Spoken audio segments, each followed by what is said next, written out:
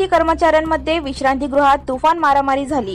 यात एकाने दुसऱ्यावर गरम भाजी अंगावर टाकून जखमी केले। या प्रकरणी कुंदन विजय डांगे राहणार गोलेगाव लोहा नांदेड याच्यावर फौजा चौडी पोलीस ठाण्यात गुन्हा दाखल झाला आहे।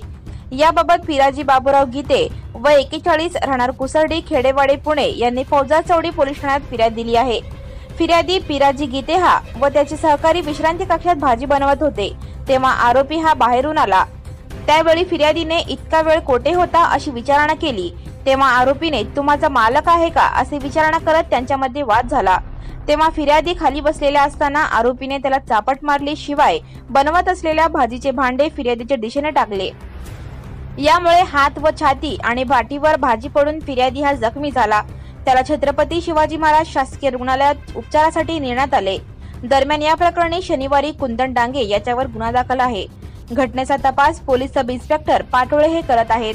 Subscribe now and press the bell icon. Never miss an update.